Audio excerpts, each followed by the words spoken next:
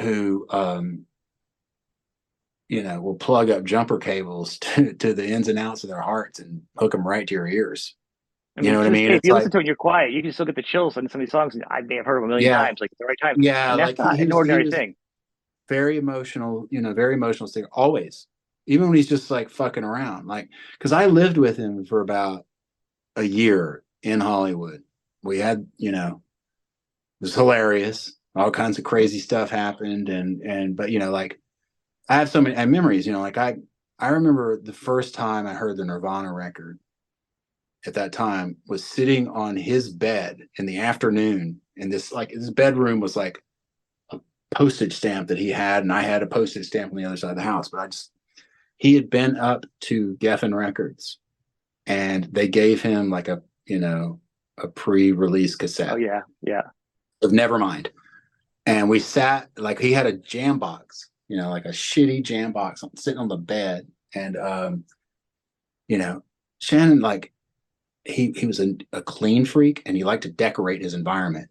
Like so he would have like lava lamps and crazy stuff, and like just it was like it was like the cheapest whorehouse you ever been in. But it was neat and it was clean, and so he we sat and listened to that record top to bottom, and man, we were just blown away. It was like a hot summer day in Los Angeles, for no good reason. We had nothing, like nobody knew, we didn't have anything. But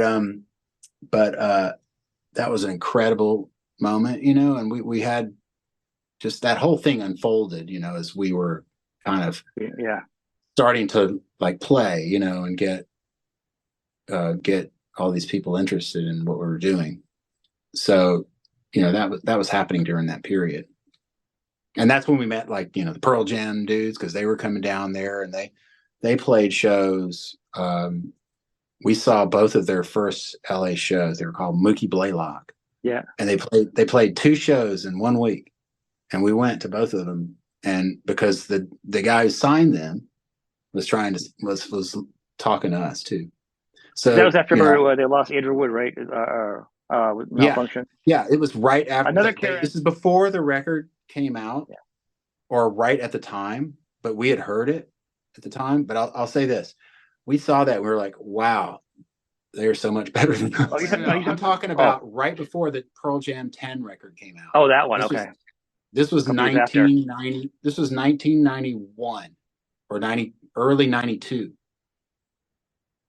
Oh wow. Yeah, like right. They had just signed with Epic, and we knew, like, I don't know, you can look up the dates of their shows. They played the Troubadour, and they played, but whatever those dates are, that's when this was. And